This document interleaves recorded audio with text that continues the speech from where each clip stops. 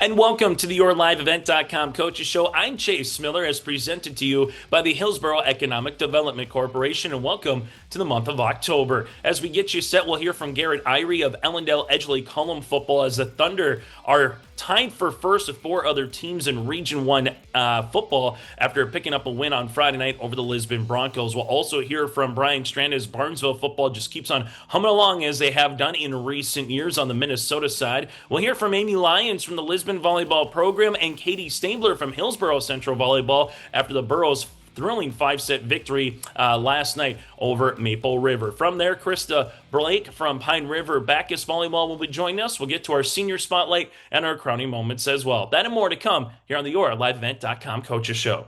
Join us here from Ellendale, Edgeley, Kulm. The head football coach is Garritt Irey. Is a Thunder at 5-1 so far here on season play. They got 3 games left in the regular season. Garritt, let's just kind of talk about the matchup with Lisbon here first before we talk about the last 3 weeks and some of your players. Anytime you go up against a Bronco club, you know they're going to be well coached and get after you on both sides of the ball a little bit. What'd you like best about your team going on the road on Lisbon's homecoming, coming away with a road region victory on Friday night?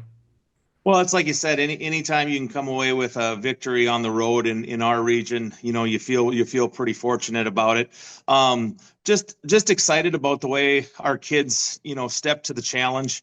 We knew going into the game, like you had mentioned earlier, that it was going to be a tough battle, and Lisbon's a well-coached team, and we just our guys, like I said, their preparation and just the attitude that they brought to play with on Friday night. Like I said, they played physical and played fast, and they made some plays, and it was, like I said, it was definitely a good step in the right direction for us.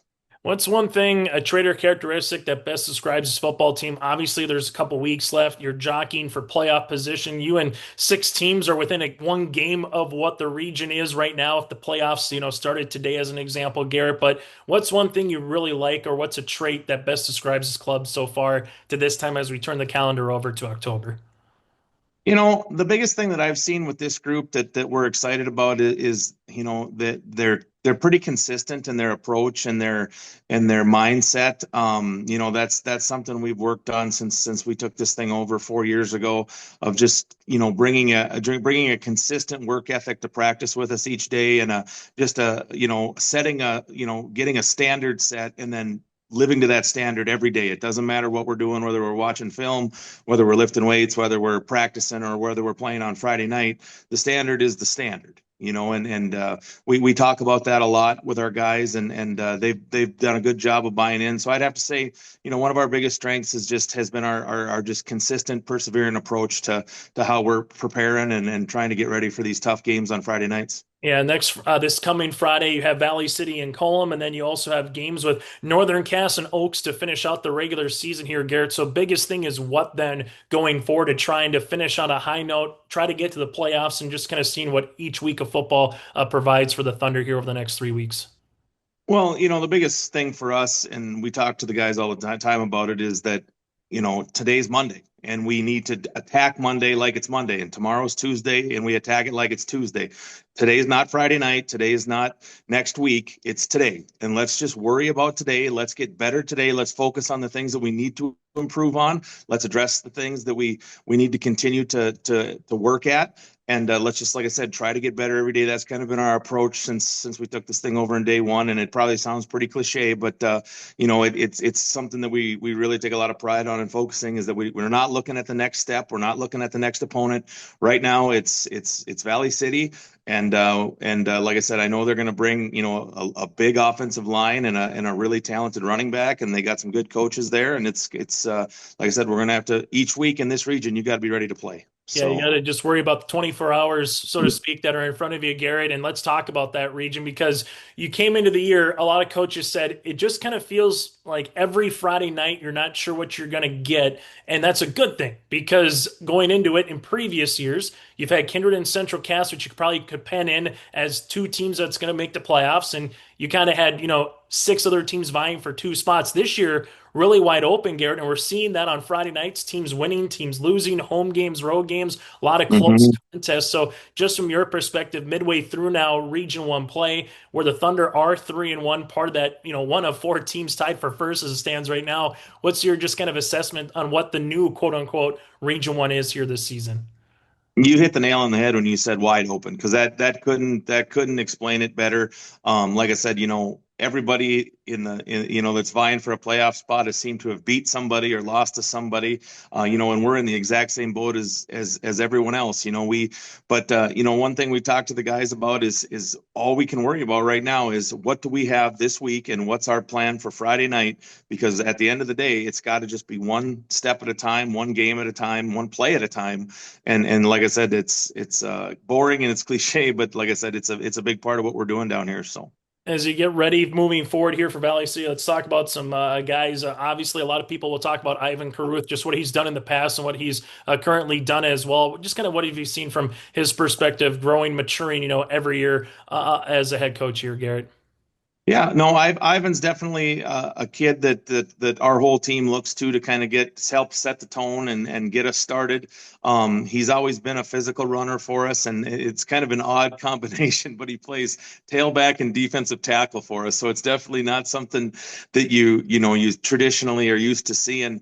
But he's been that way since he's been a freshman, and it just kind of speaks to his mindset. Not just carrying the football, but he's going to put his hand in the dirt and go to work as a defensive tackle too.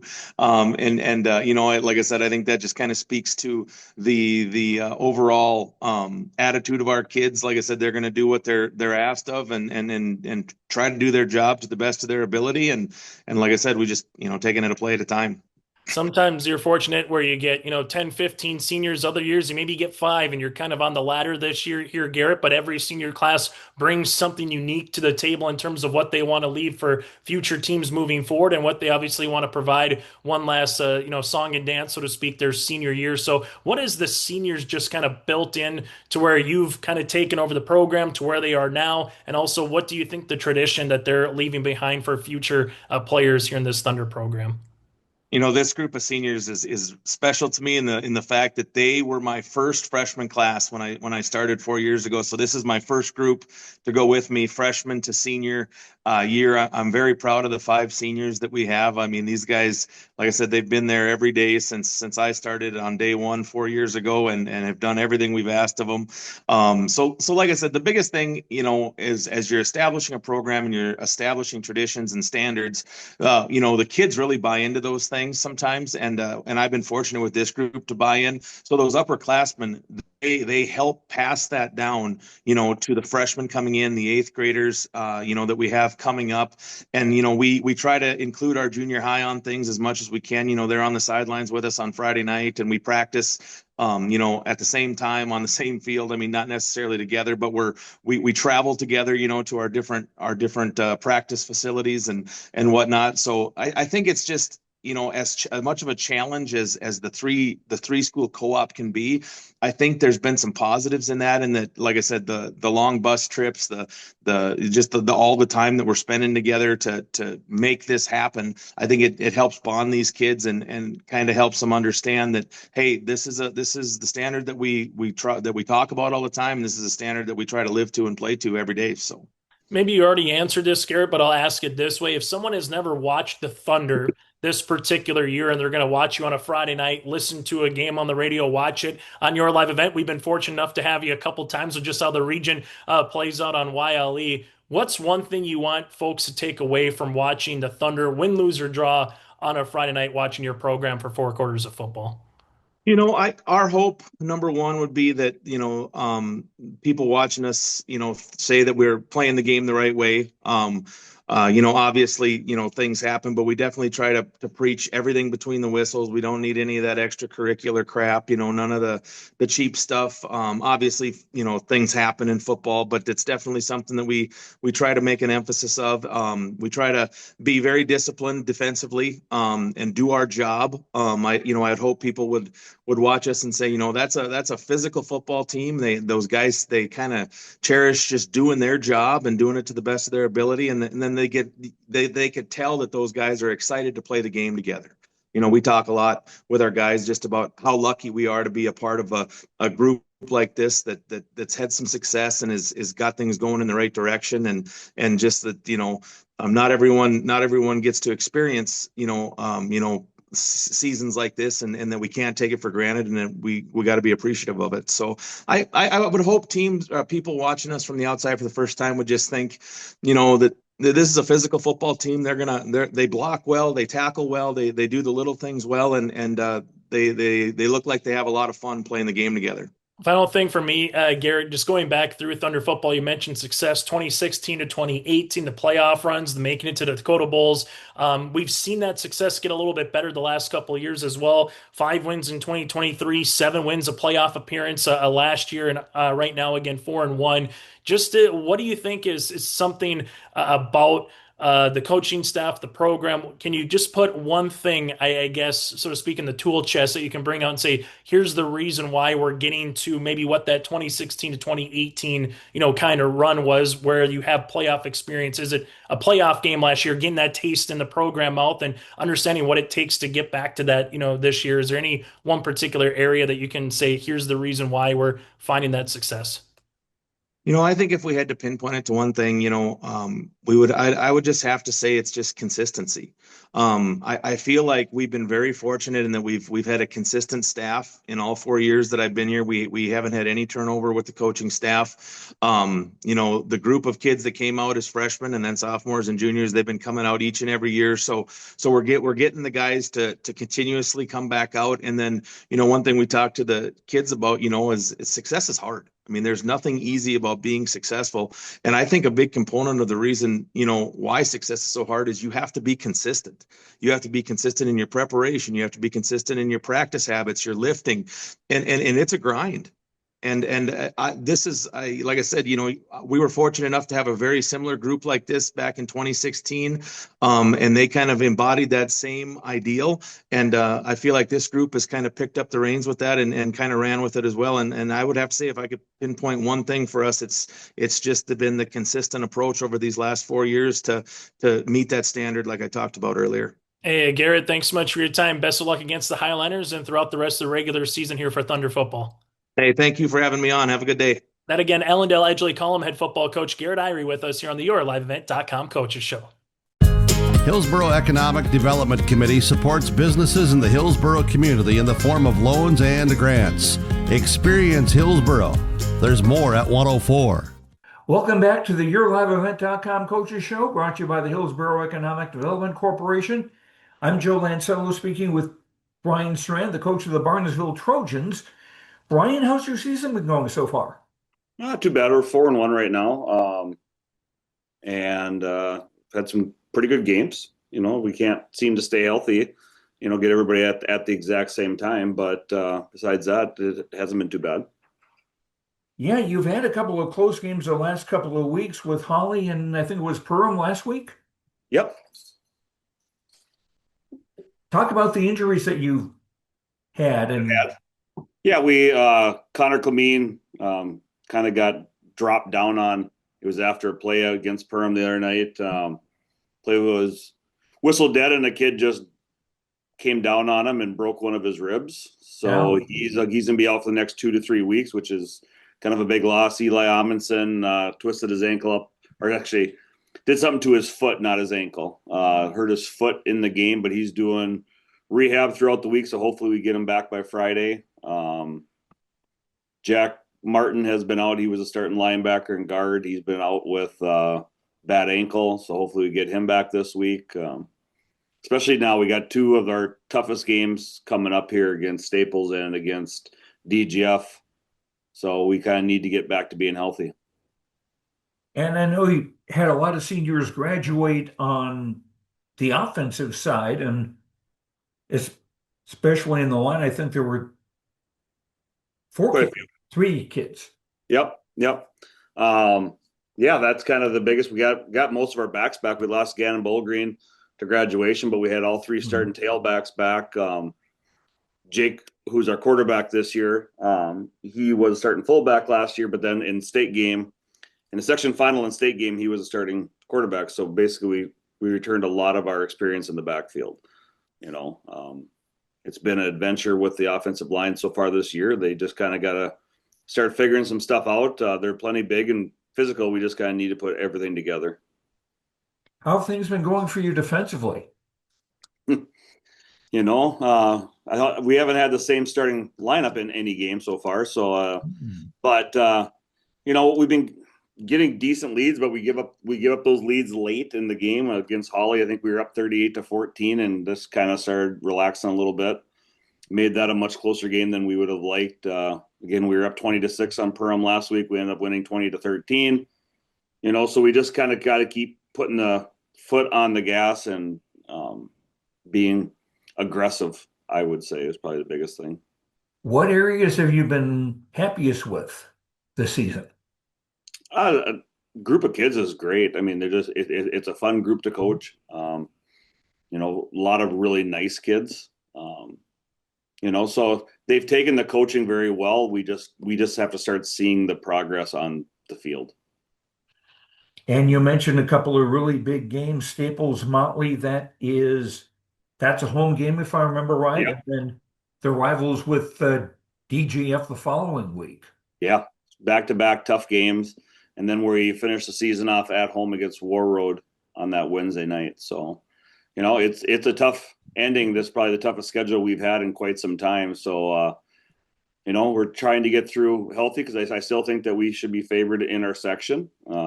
I think there's a lot of good teams in the section this year. So I think it could go to a number of teams. Holly's playing well, Frazee's playing well, Pelican's playing well. So it'll come down to whichever team's healthy at the end. And you had a pretty tough test a few weeks ago with Pillager, which is a team that has kind of burst onto the scene. Yeah, they have had a very nice year. I think they're 5-0. Very, very solid squad. We drove the ball on them and then turned it over. Probably about the 25-yard line, they returned it for a 75-yard touchdown fumble recovery. They got a couple more that half, but I think it was 20-0 at halftime. And I want to say it ended up being, I think they scored once in the second half. We scored once, and basically that was about it. So I think that if played again, I think we could do some things against them, but they are a very solid team. All right. Bryan Strand, coach of the Barnesville Trojans, again hosting Staples Motley tonight, this coming Friday in a big game, and then going to DGF next week, Friday. A couple of big games on the schedule for the Trojans. Bryan, thanks very much and best of luck. Thank you, sir. And we'll continue with the YourLiveEvent.com Coaches Show in just a moment. If you have concern or questions about the mental health of yourself or a loved one, Trail District Health Unit's Credible Mind platform offers convenient and confidential resources to help inform you about mental well-being. Credible Mind offers 21 different assessments to guide you in your mental health journey, from sleep quality and burnout to anxiety and depression. To get started today and learn about your mental, emotional, physical, and spiritual health, visit traildistricthealthunit.crediblemind.com. Welcome to the city of Hillsboro, a small town with big opportunity. Here, you don't just find a house, you find a quality of life. Safe neighborhoods, affordable living, and a community that treats your family like their own. Build your dream home with lots starting at an attractive price, and enjoy homeowner incentives and grant funds to help make it yours. Come live, work, and thrive in Hillsboro, where you don't just live, you belong. Joining us here from the Lisbon Broncos perspective for high school volleyball this season is Amy Lyons, as they are in the midst of their first year here in the 3-division system, as everybody is in North Dakota as well. And Amy, I guess let's just start there before we talk about, you're at the midway point of the season, got about a month and a half left before you get to postseason play in Valley City in November. Just kind of your thoughts on 3-division system, and what does it mean from a Lisbon Bronco perspective, instead of playing in what was the old super region in Region 1 in Class B to now just having 7 teams, double round robin format this season here in Region 1A this season, Amy? That's funny. I was just talking to Jenna Anderson from Sargent County, who was in Class B. We were in the same region. When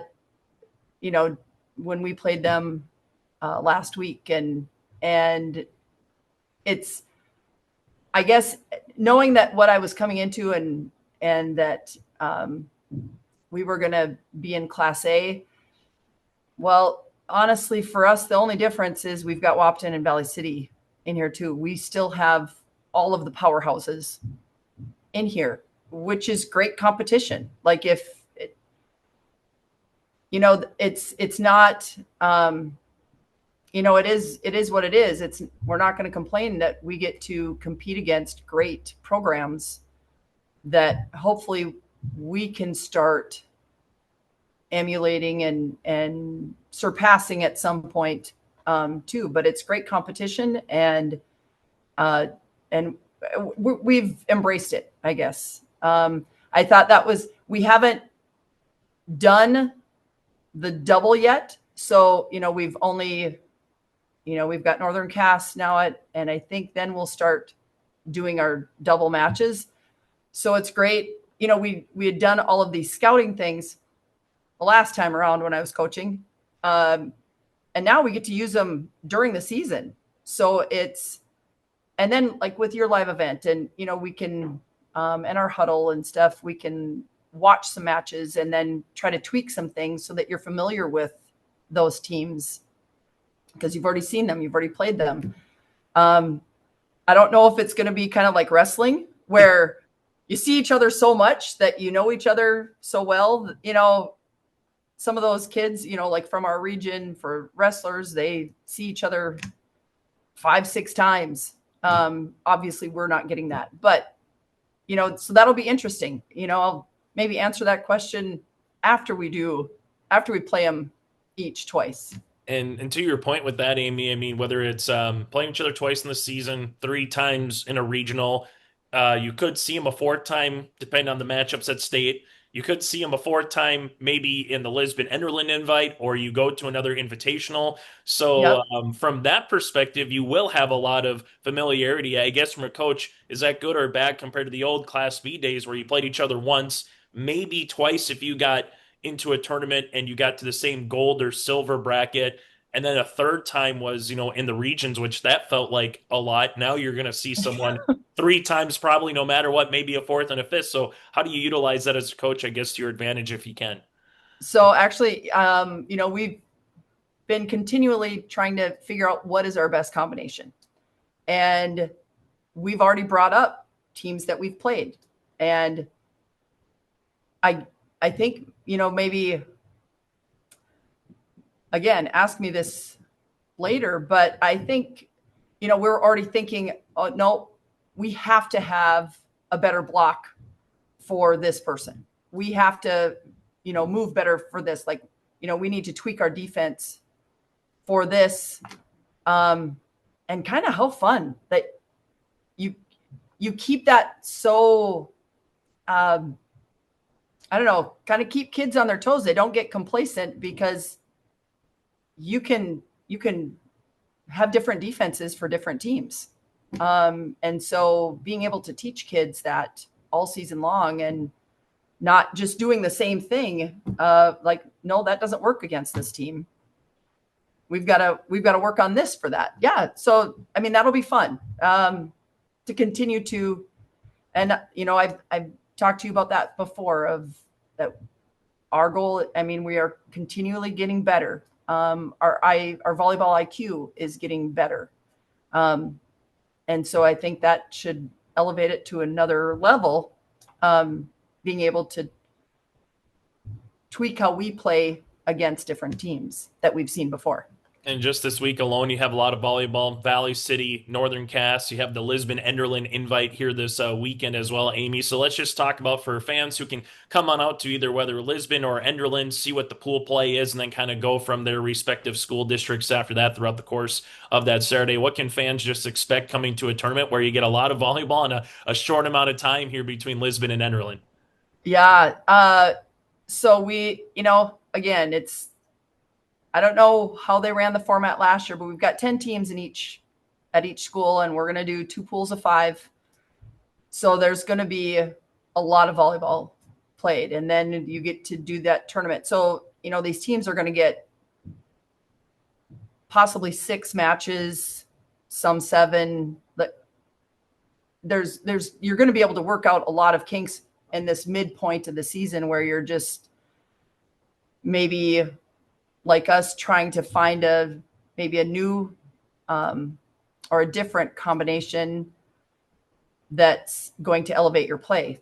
It gets to be a long day too, so just staying on top of it and how teams react in the first match of the day at 8 a.m. compared to 4 o'clock. It's when they're tired or hungry or whatever, but sometimes, that first match might be a little rough and they are just killing it later in the day. But there should be there's both Class B and Class A teams at both sites. So we're really excited about that. Talk about one or two of your players here, Amy, as someone who stood out, maybe plays bigger than her stature, and that's a good thing, is Bryn Wiltsey, the way she can attack the net. Obviously, the serve, and she's got a little spin on it that can make it a little difficult for that opposite back row as well. Just what does Bryn provide to the team here this season? She will do anything that we ask of her, and actually we're going to maybe try her in a little different role, still keeping her on the floor all 6 rotations, because she's such a great athlete. She can run down a ball and put up a really nice ball. And it's just that steady. We just rely, we're just confident when that ball goes to her in that front row that for as small as she is, she can jump and she can put up a great block too. And, that just sparks everyone. And her attitude towards her team, it's just second to none. It's just fun she's just fun to coach. And I know there's some other players with Riot, also Emerson Schwab. Some folks remember her name from a wrestling perspective to see what she's to do, on the mat here, Amy. But what does Emerson provide from a volleyball standpoint here this season? Emerson is she's so fast. And if anyone has watched her on a wrestling mat, she's quick.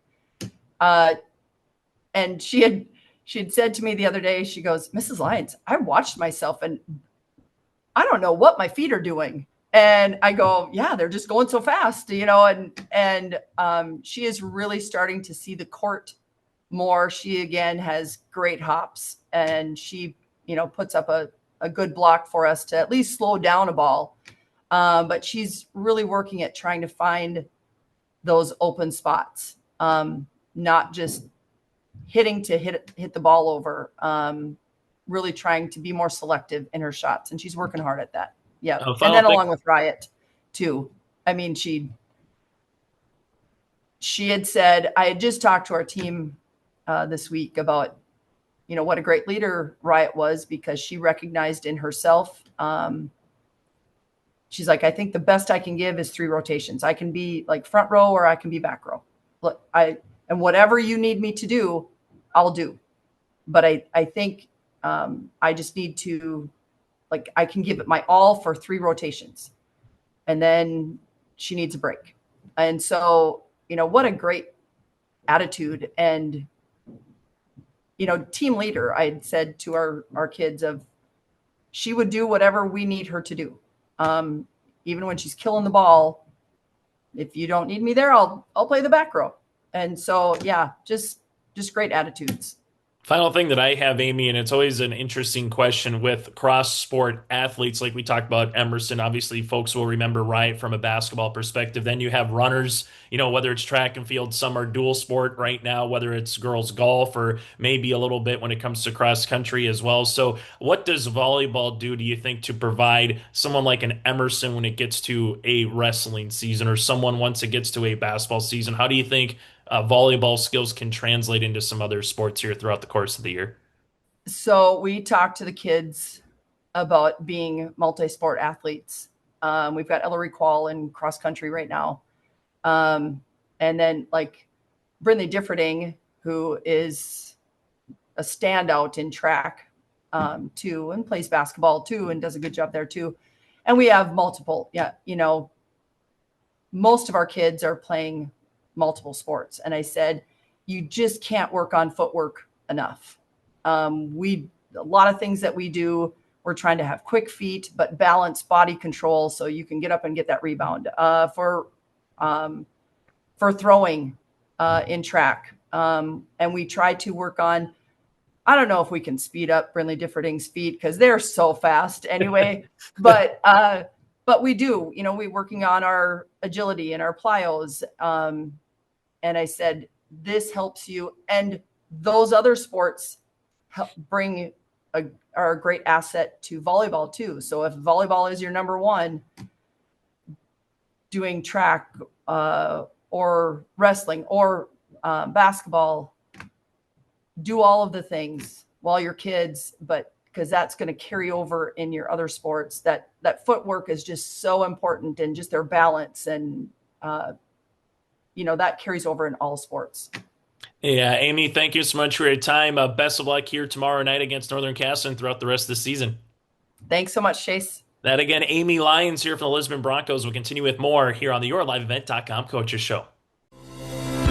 This week's Dakota Heritage Bank Crowning Moments brings you highlights from your live event broadcasts, celebrating standout performances and achievements from our local athletes. These are the moments that inspire us all. Moments of determination, teamwork, and success.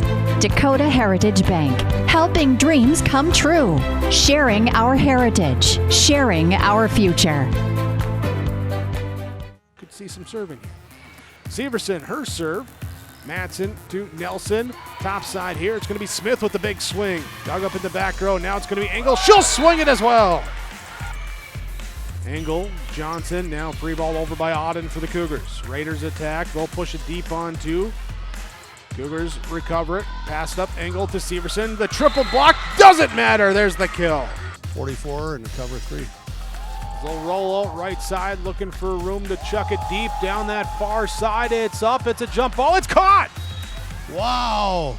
In traffic.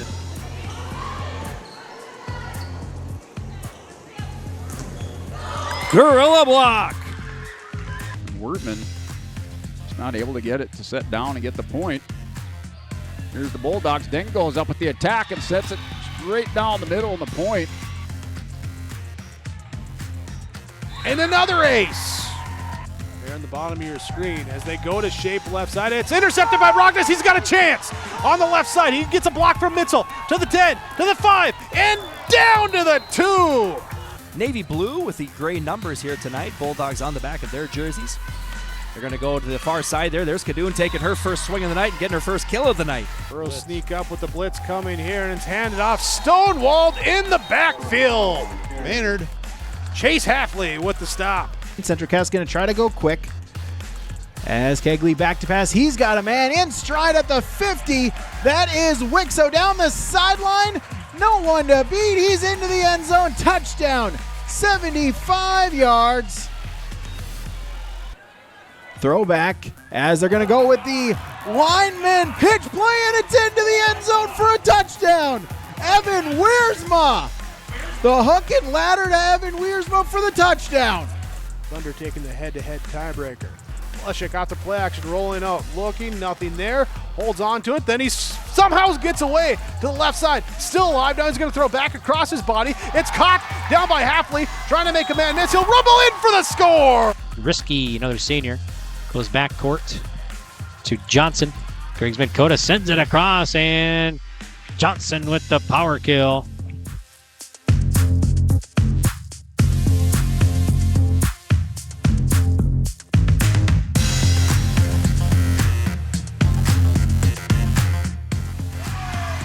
Sargent County able to just make a little bit out of that one, but here comes Hanning with a big swing, and welcome to the set is Aaliyah Hanning.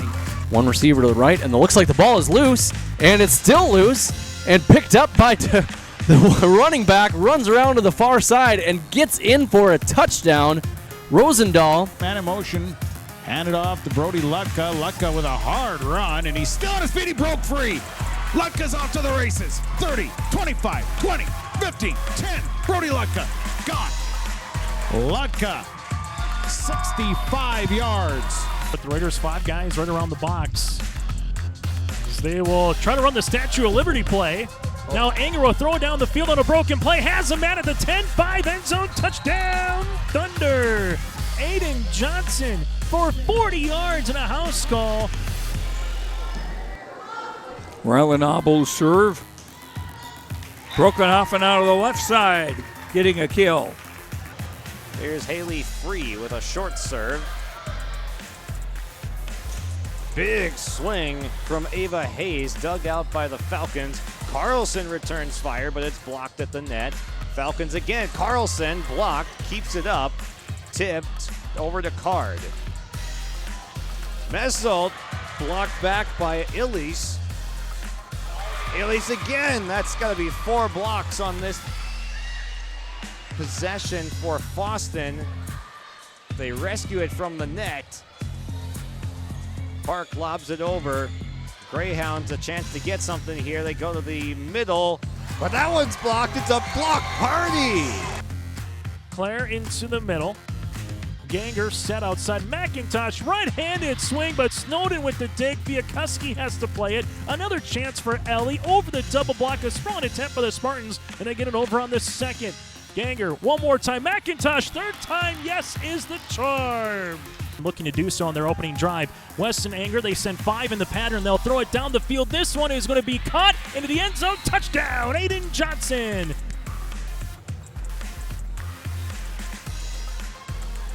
Brokenhoffen, yes. Back to the service line once again. Ganger coming to the middle and putting the ball down is Schrader. 3 divisions here in North Dakota. Adair with the set. This will go outside tip on the way. Nicely done by Wiltsey. A little joust at the net. Going to be won by Preen. Free ball over by Quall. Where will the Squirrels go? Kovacic set middle. Here's a right-handed swing. Preen is blocked. To the outside, blocked away. Big time rejection from Ashlyn Olson and Paityn Strand. 5 Lisbon. Up. Wiltsey. This one able to get across by Wortman. Kovacic set right-handed and a thunderous kill here by Preen. Seems to be back to a pretty good strength anyway, still dealing with a little bit of it. Free ball to cross by the Patriots, this time by Colden. Now played high in the air. Severson angle, big hit down the line, got it. This one set up by Dupont and blasted. My goodness. Which, let's be honest, that's a ridiculous guess. Yes. Angle Severson. That's on the line. Good with a kill. That one might make the highlight reel. With another serve, Snowden with the pass. This one will be to the middle to Lucy Rydell, pushed across on the third. Auden, set middle. This one off the top of the block. Eventually pancaked and kept alive. Pancake by Snowden. Set outside. Here goes Grant on top of the double. Snowden with the set. This one goes to Rydell for the kill.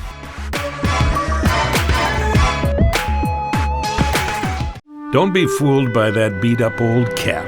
Its faded crown represents the tireless work of America's farmers and ranchers. Its sturdy brim, their dedication to providing our nation with a safe, affordable food source. So we'd like to tip our hat to them. Farmers Union Insurance, protecting those that protect America's food source. Visit with Ryan Opdahl, your local Farmers Union Insurance agent in Hillsboro.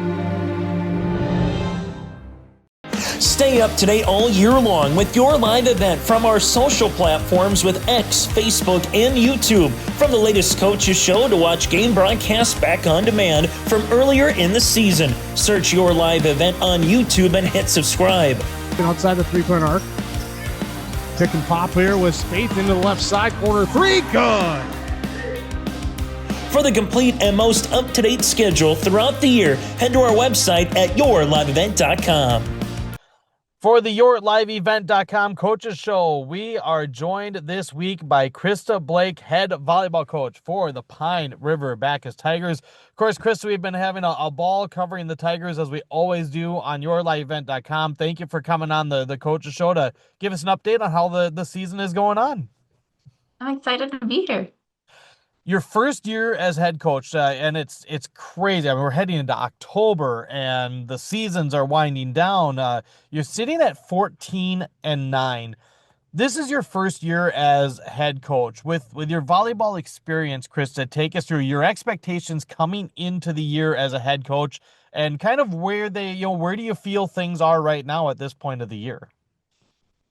I really leaned in and trusted my own past experiences from high school into college and my own little mentors too, going on of like the flow of a season necessarily. I'm like, it's been a little bit since I've popped into high school. But I feel like we're like sitting into a nice little rhythm. So in my mind, we had like a preseason. We're doing our season right now. And then I'm like, I keep talking about peaking, and I'm happy we haven't peaked yet. And that's coming to fruition here. But those girls, I think, have come in alignment with me of we didn't need to be perfect right away, and that we just have progress. And again, the whole peak at the right time is where I think we're like sitting in a good spot for that. Coaches talk to us all the time about, peaking at the right time. Everybody's playing for sections. That's when it really counts. When you look at it from, your philosophies coming in as the first year head coach, and you knew coming in that you had some girls that had a lot of on-court experience. How did that mesh well, at the start of the season, and how has that come along with the certain intricacies you wanted to bring with your coaching style and how you play them into your team? Yeah, that's where I'm like, I feel like on paper we have a lot of experience, but to dive deeper into like a team and a varsity team experience, as a collective, it's the team has like had to learn into that and lean into that more so in their leadership side of things. So I'm like, we have seniors, but some seniors haven't been like your 3-4 year like varsity spot, right? So some are really diving into like their spotlight season. So there's that aspect, and they've really, what I brought into the program is more like spread out our offense and to go around, and we don't need one player to be our driving force, to spread that out. And I think that's a testament to all of our varsity crew in there, is that like collectively we are such a powerhouse. And I keep saying this on the defense, and now leaning into even more on an offense side. That's really fun to see. That's where I'm going with. They have really had to again like lean into that of like, no, I do need to be ready to go at all times. I'm doing my job so that the team is going to be successful. Like instead of relying on one or two, that collectively everybody's like ready to go, and it's like a fun experience to them in their mind that they're like, oh yeah, mentally I can carry this for the team too, and know that my teammates are carrying it for me too. Is a kind of more of a new concept that we've been diving into, and it's extremely starting to click in these last few weeks. Well, and that's the perfect lead-in, because when you look at it, you're 14-9. You've won 4 straight, and that includes a win at Bemidji, which is a 4A school, Crosby Ironton for your homecoming, which is a solid AA team this year, and you just picked up a solid section win against Mille Lacs. Execution-wise, when you're looking at it from the play on the court, what has stood out to you with this team starting to click a little bit as we get towards the last few games of the year? Oh my gosh. I'm like so proud. I'm like, last night was a big win for us too, coming off of that big high of winning our homecoming and redeeming and beating Crosby. And then to come into this Monday night play of like, how can we be consistent still? There was a super big high with a break in between, no practice. How are we going to be consistent? And I'm like, we are really finally starting to see from practice translating into our gameplay without even a practice in between. I'm like so excited. And I'm like, we have built trust so much with each other, especially on our defense, on our free ball. Like we are starting to play team defense. Like it's so good, like a nice little flow, communication. And then we've sped up our offense a lot. Like it's just a testament to their hard work and their quick adaptability and being fast learners that we're starting to see everything come into play on that competition court. And of course, you're building towards that peak. You have 5 games left. It's crazy to say. There's only 5 games left of your regular season. Crysta, what are the 2 to 3 key focal points that you are still building? Because you talked about you felt you haven't seen this team at its peak yet. What do you think it's going to take to get you at that peak once the section tournament rolls around? Yeah, we still are fine tuning that offense. I'm like, I know it's gotten better, but there's always improvements on that and increasing our what I call our volleyball IQ of our game flow. Our serve receive can still everybody's serve receive can get so much better. It's the game of volleyball. And trusting serving our zones in there a little bit more to lean into that a bit more. So you got your classic serving and passing, if we can keep that ball control going on our side and communicating it, good things will come our way. I know it can be kind of a tough question, but especially because it is your first year, as you've seen the team grow, and you have also, I'm sure, learned a few things along the way. What stands out to you so far as some of the key highlights, either team-wise, individual-wise, that you've had for PRB volleyball so far in this 2025 regular season? I personally say it's our leadership on and off that court and our communication. I've cleaned up my communication a little bit more. There's some things that you can pop into a new program and you assume, right, that this seems very in my realm, my normal routine. It might not be their routine, but we've established a good routine together on that from practicing, from our warm-ups and everything like that. So that was a nice little growing moment that everybody has had. But yeah, I'm trying to think, it's really them growing into their role. This is where I'm it's been excited because I think there were a lot of individual highlight moments for each player. And now we're coming into this fun team sense that it's just everybody firing at the same time, and it's kudos to them. Really, it's kudos to them. And it's, I guess when I say leadership, we're more into this service leadership for each other on the team that is very exciting to watch. A 14-9 season with 5 to play on a nice little win streak right now. Crysta, thank you so much for the time. Congrats on the season up to this point. And of course, wish you the best of luck as we get ready to wrap up the regular season in just a couple short weeks. Thank you. That's Crysta Blake, the head volleyball coach for the Pine River-Backus Tigers, joining us on your LiveEvent.com Coaches Show. Live, work, and play here in Hillsboro, North Dakota. The Hillsboro Economic Development Committee can assist you with information and support for business and housing. Experience Hillsboro. More at 104. As we come back here on our post-game show, this interview brought to you in part by Dakota Heritage Bank. Joining us here is Paige Cotton, able to get the kills and the blocks at the net here for the Burros here this evening. Paige, just take us through what this one was like. A 2-hour volleyball match. You're down 8-3, backs to the wall. Coach Staebler calls back-to-back timeouts. What was the message to the crew to keep fighting and find a way to earn a road victory here tonight in Tower City? Yeah, the past 2 weeks we both have had 5-set, 4-set games. So we're kind of used to this, and we just need to stay, like she said, keep our energy up, go for every ball, and we're not going out and tipping. We're just going aggressive at everything.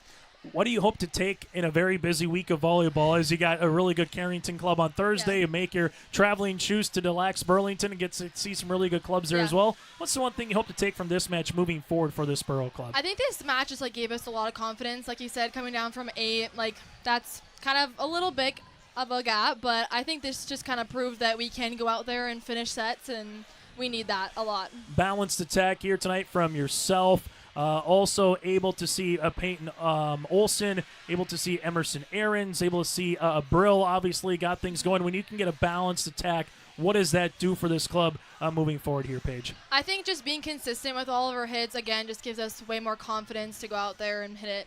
As you move forward with this particular volleyball match, what is this time of the year as a volleyball player? I call it the dog days because it's getting darker the more you go outside. You flip the calendar over to October. It's literally the middle of the season. What's it like as a volleyball player once you get to this time of the year? Definitely just way more games, obviously, and this is kind of where we need to lock in and keep on pushing through all our games. Take us through, as a senior, to win a match like this. Just how fun is it, to go on the road and pick up a victory no matter who the opponent is? Yeah, our team is so close, and going out and winning like this is just, it brings us closer all the time. You and I were talking off air. PT is what you're hoping to go study, still to be determined on where, but what made physical therapy just kind of something you want to study once you get into college? I broke my ankle my freshman year, and I had PT for 3 months, and that just kind of, and then I went and shadowed afterwards, and that just, I love it. So the broken ankle, not great, but the silver outlining was it maybe allowed you to do something that you want to do going forward. Exactly. I want to keep in the sports and everything, so that will keep me in it. Let's talk about one more player before we let you go. Just Aaliyah was everywhere on the back row everywhere. tonight. What does she just do defensively when you know that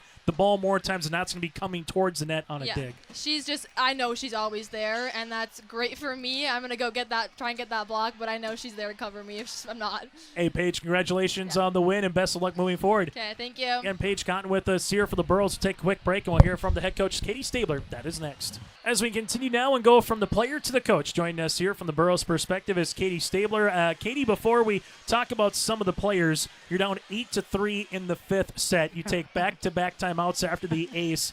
Just kind of what was the message to the team at that point? Because obviously Maple River's already halfway home in the 5th here at home court. What do you think changed from your team's perspective to close this one out on the road here tonight? You know, it was a little butt chewing.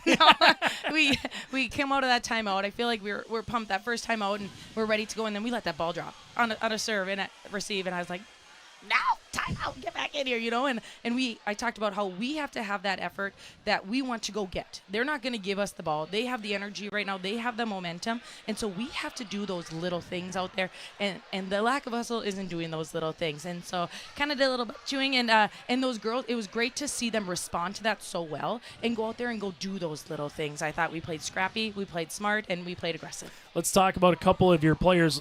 Brill from the outside. Yes. You know, it's nice as a volleyball announcer say Brill for the kill because it just comes off the tongue so nice. But when she can get going, how does that help Paige or Paityn or anybody else that's at the net when she obviously just has a heavy ball she can hit as well? Yeah, you know, it's huge for us. She was kind of our one that we needed to step up tonight and be one that when we need a kill or when we need someone to do something for us, that she went and did that, you know. Abigail did that a lot for us. Malia's been there here and there, and it was great to see her step up and into that role because when Abigail comes back, it would be great if both of them, you know, and for her to have that confidence. She saw that today. She did so well, and she can put that ball away, and she can be a leader for us up there. Able to see Chloe Ackman obviously play some big minutes. Able to see Kazette come in there at particular times. Kenna Culp was able to come in there. But also when Emerson goes out after a collision with a fellow teammate, you're kind of looking at her wrist, not sure what's going to happen. But she was able to come back into the game quickly. When as a teammate you see that, or as a coach, as you see a player maybe not 100% coming back, is that a shot in the arm, or what does that do for a club? Yeah, you know, it got the ball rolling for us. I think Emerson just brings energy for us, and so you know they were concerned when she got hurt, and when she can come back on that court, she goes, Coach, I'm going to give 100%, and if I don't, just take me out. And I said, okay. I said, sounds good, Emerson. She goes, I'm good, and just that energy, that go get, the other girls follow suit, which is great. Final thing, we'll let you go on this one. As we mentioned in the pregame, a busy week of volleyball. It doesn't get any easier with Carrington coming into town on Thursday, but what can a match like this do going forward against Carrington, going up to the Lax Burlington, and once you get into the swing of things in October with a lot more Region 2 matches coming up here, Katie? Yeah, you know, during that 5th set, what was running through my mind is we need to finish this. That's a big thing. And maybe certain sets are in a match in general. We've got to go out there and we've got to capitalize and go do it ourselves. And to see the girls do that, I think that's huge for us. You know, going into Carrington, hopefully we can grab a set, if not the whole match. But we've got to be disciplined and we've got to be doing those little things. But now we see what it takes to go and finish. This was a huge part for us. I mean, to climb back, like you said, from the score of 3-8 and pull that was great to see that grit and that desire, and we've got to carry that in every game, and it's got to be every point in every set. I'll see if it goes 2 hours on Thursday for you as well. Katie, thanks so much for your time. Safe travels and best of luck going forward. Thanks, you too. That again, Coach Staebler will put a bow on this one next year from the Raider Activity Center. That does it for the YourLiveEvent.com Coaches Show. Join us on Wednesday, October 8th at 7 o'clock for another edition as presented to you by the Hillsboro Economic Development Corporation. I'm Chase Miller. Enjoy the rest of your week.